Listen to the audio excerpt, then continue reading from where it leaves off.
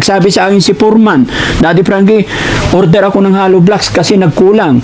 Samantalang nung unang usapin, sinabi niya sa akin, okay na tong hollow blocks. Nagulat ako. Sabi niya sa akin, kinuha. Di ba? Sino nakakahiya dito? Para hindi ka magalit, sulit ko na. Para hindi ka na magnawa-ngawa. Isusulit ko talaga. Para tumigil ka lang na. Kasi naiya din naman ako sa'yo. Susulit ko, isa-isayin ko balik doon. Para hindi ka na magalit at magnawa-ngawa. Ate Ansing naman, ako pa yung nagngawa-ngawa ngayon. Anong gagawin ko? Tatahimik na lang ako, matutuwa na lang ako. Ate Ansing, Kaya nga, dahil pang isusulit ko na lang para di ka na magsalita. sanang bastusan, Nanay Ansing. Ayaw kong maging bastos, lalong-lalo na sa pamilya ninyo. Sa'yo. Nirirespeto ko kayo, pero sa ganitong sitwasyon, hindi maganda. Baka ako talaga ang tuluyang magbaback out dito. Ipapahinto ko talaga yan. Kung ganyan na ako pa yung, after all ng kabutihang ginagawa ko, ako pa yung nagngangawa-ngawa dito. Diba? Si Kuya Oliver, ang iniisip ko, yung kapakanan niya. Hindi ako nagngangawa-ngawa dito. Ganon ba yung gusto nyong usapin? Hindi po pwede, mga kababayan. Mabait akong tao, pero pag ganitong sitwasyon, ibang usapan na to. Hindi nakakatuwa, nakaka-high blood. Baka dito ako mamatay. Tawagin si Foreman. Pati simento. Oh? Pati simento? Galing yan doon? Oo, dahil Frankie. Akala ko kasi hindi mo na itutuloy. Kaya kinuha ko na. Yung mga sobra. Mali, Nanay Ansing. Hindi magandang tignan talaga. Nanay Ansing, nakaka-disappoint. Lahat ng bagay, pakikisama ko talaga sa inyo dahil gusto ko matuloy yung bahay ni Kuya Oliver. Pero yung ganitong nangyayari, nakakagalit po, nakakainis po, nakaka-disappoint. No? Pasensya na, Daddy Frankie, kung nagagalit ka eh. Akala ko kasi hindi mo na itutuloy eh. Hindi nakakatuwa, Nanay Ansing. Nakakainis po. Nakabwisit. Sa totoo lang. Kasi, mula noon hanggang ngayon, nauunawaan ko yung mga hingi-hingi. Pero ito, Nanay Ansing, yung pagkuha, hindi na po talaga maganda. No? Pati simento pa. Hindi alam ni Foreman yan. Ang sinabi lang sa akin ni Foreman, hollow blocks. Pati simento pa pala. Kasi kung talagang hindi matutuloy, pag-uusapan pa rin, di ba? Pero wala pang finally, nag-uusap-usap pa lang tayo nila Kuya JJ, nauna ka na palang kumuha. Kaya pala sabi ni Foreman, nag-order siya ulit kahapon, nagparating siya ngayon kasi nagkulang. Akala ko talaga kasi hindi mo na itutuloy, Daddy Frankie. Kaya yung bahay ko nang itutuloy ko sana eh. Oo, sanggala talaga, nakakainit na. Pasensya ka na, Daddy Frankie. Akala ko talaga hindi mo na itutuloy. Kaya hinakot ko na yung mga lula.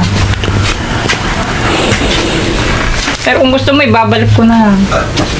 Hindi talaga pwede, kailangan ibalik talaga. Papakuha ko yan sa mga tao ni Foreman. Sige, Daddy. Kasi alam mo, Ate Ansing, nagkukos din ako, nagbabudget din ako, nililista ko. Hindi ka Ate Ansing, didiretsahin kita. Si Kuya Oliver lang po ang beneficiary namin.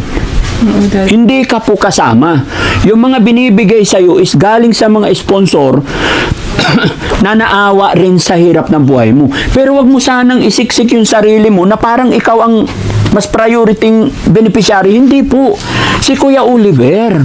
Akala ko kasi talaga hindi mo na itutuloy, Daddy Frankie. Kaya naisip ko na hakutin na lang yung mga... Kung talagang final na hindi itutuloy, hindi naman po ako madamot. Pero hintayin muna yung final decision. Tulad niyan, nagsabi sa akin si Foreman, Daddy Frankie, order ako ng hollow blocks kasi nagkulang. Samantalang nung unang usapin, sinabi niya sa akin, okay na tong hollow blocks. Nagulat ako. Sabi niya sa akin, kinuha. Di ba? Sino nakakahiya dito? Para hindi ka magalit, sulit ko na. Para hindi ka na magnawa-ngawa. Isusulit ko talaga. Para tumigil ka lang na. Kasi naiya din naman ako sa'yo. Susulit ko, isa-isayin ko balik doon. para hindi ka na magalit at magnawa-ngawa. Ate Ansing naman, ako pa yung nagngawa-ngawa ngayon. Anong gagawin ko? Tatahimik na lang ako, matutuwa na lang ako.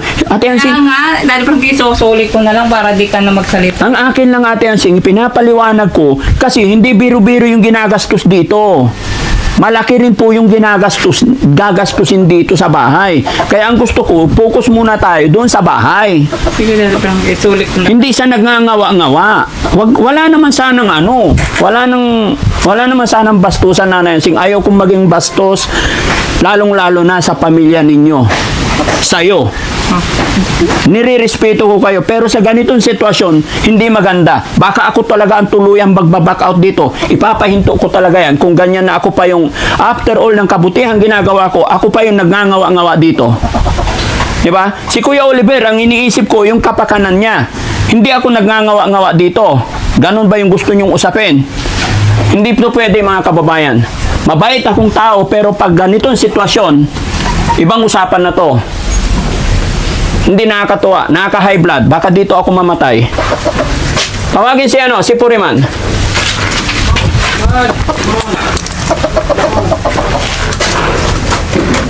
Napasubo lang naman akong kunin dahil Frankie. Hindi, nakakainis naman kasi sabihin mong ako yung nagngangawa-ngawa eh.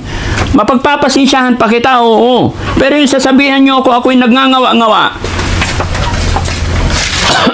Forman, Ano yan, boss? maya-maya pakuha mo to ha. Balik doon. Kuya po, papagawa ko. Oo, pabuhat mo sa mga ano. Opo. No? Tara, doon tayo. Mamaya, pakuha mo na lang sa mga bata. Ayusin mo, Nanay Ansing. Ayusin mo yung pag-usap, please. Ayoko na sinasabihan na ako yung nagdadaldal, nagngangawa-ngawa. Hindi ko gusto, hindi ko ugali yan. Sinasabi ko lang yung totoo, yung nararamdaman ko, gusto kong makatulong. FYI, si Kuya Oliver ang gusto kong tulungan. Kung mayroon man bumigay sa'yo, yung asahintayin mo. Sorry na dahil Frankie, huwag kang magalit. Ito patas na yung dugo mo, baka may blood ka. Lahat ng hingi, inuunawa ko yan. Pero yung sasabihan ninyo kung ngawa-ngawa dito, ibalik na. Hindi biro-biro, after all nang ibalik, nakaka-high blood, tapos ganun, ako pa masabihan ng ngawa-ngawa. Hindi ko na ulitin dahil Frankie, huwag kang magalit. Anong mangyayari kung i-stop ko yung bahay? Yeah. Oh, di ba? Sinong kawawa? Si Kuya Oliver. Di ba? Kaya kahit anong mangyari, anong problema ng ninyong magkakapatid, gumigitna lang ako kasi ang iniisip ko lagi yung kapatid ninyo. Pero ako at the end, ako pa yung magiging ngawa-ngawa dito. Ay marami pang nangangailangan ng tulong talaga.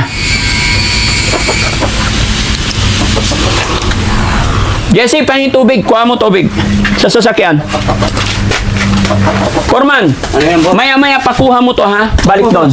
Kuya po, papagawa ko. Oo, pabuhat mo sa mga ano. Opo. No? Tara, doon tayo. Mamaya, pakuha mo na lang sa mga bata. Ayusin mo, Nanay Ansing. Ayusin mo yung pag-usap, please.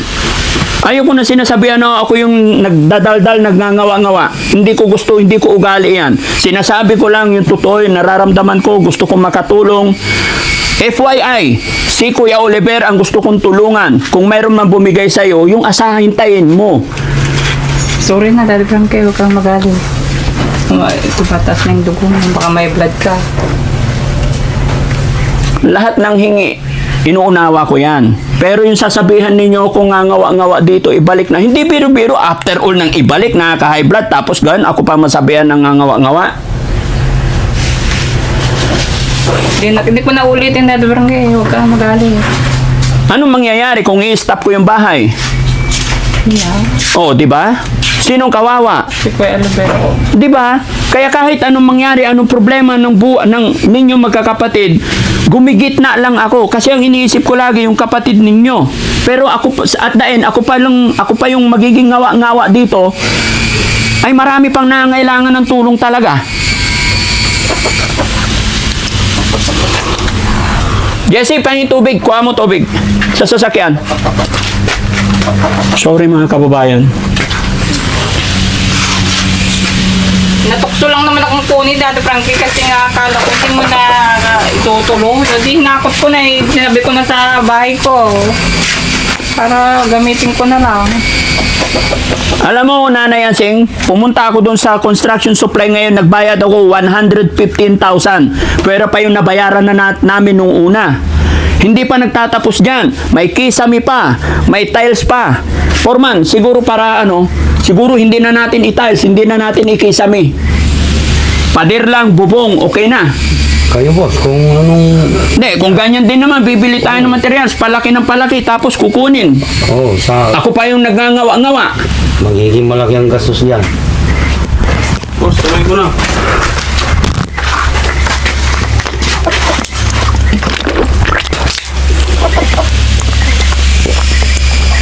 Huwag na ulitin na ito, Frankie. Hindi na talaga kukuha kahit isa lang. Huwag na, hindi na kukuha. Tuloy mo lang. Hindi na talaga mauulit. Ano? Kahit hindi ko na ulitin gumawa kahit isa, hindi na ako uulit. Ituloy mo lang yung bahay ni Kuya Albert. Natukso lang naman akong kunin nun kasi akala ko hindi mo na itutuloy. Kaya sabi ko, hindi na siguro. Pati ano pala, Foreman, pati simento, kinuha rin daw niya yan. Dalawa. Oh. Di ba? Hindi natin alam.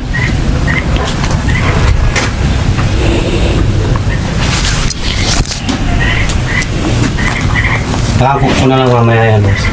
Sige. Sinsya ka na, Foreman. Opo. Tara, doon tayo. Uwi muna tayo.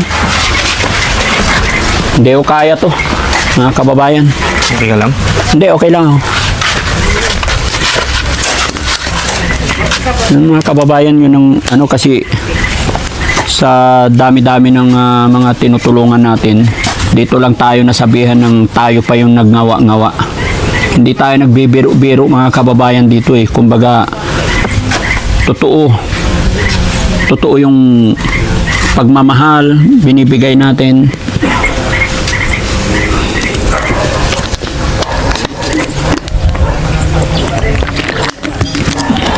Nakakainit ng panahon, nakakainit, nakakakulo ng dugo mga kababayan. Nasa kalagitnaan pa lang mga kababayan pagpapagawa ng bahay.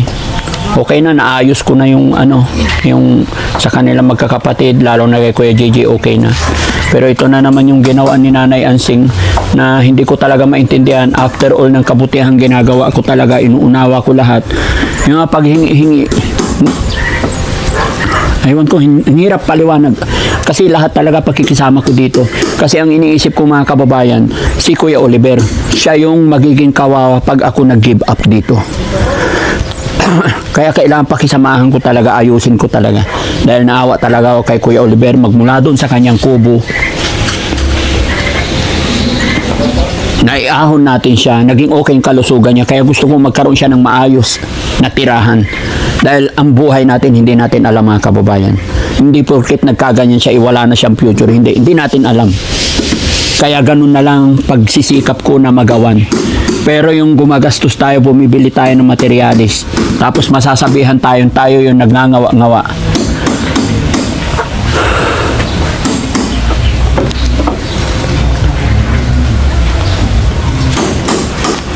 Tawagin mo yung yung dalawang staff dyan. Puma, nasaan na yung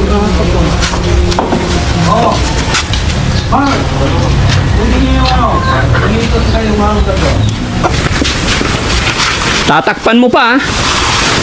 Sige, kunin nyo yung hollow blocks. Hakutin nyo. Balik nyo doon. Bakit nandito ito? Mga idol.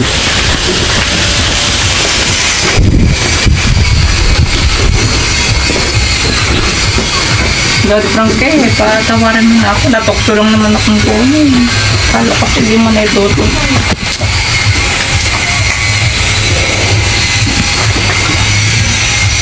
Hindi ko alam, Nanay Ansing, na high blood talaga ako. Hindi ko alam kung anong gagawin ko. Kasi ayaw na ayaw ko talaga yung ganon. Sinabi ko naman sa iyo nakaraan, pagkatapos ng bahay, pwede akong magbigay sa iyo kung may masusubra.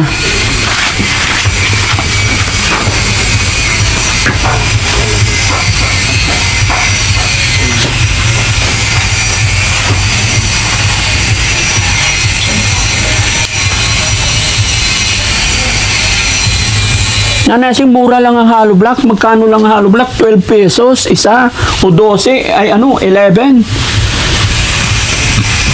Yung semento bro, dali mo doon. Dali nyo yung semento doon. Oo.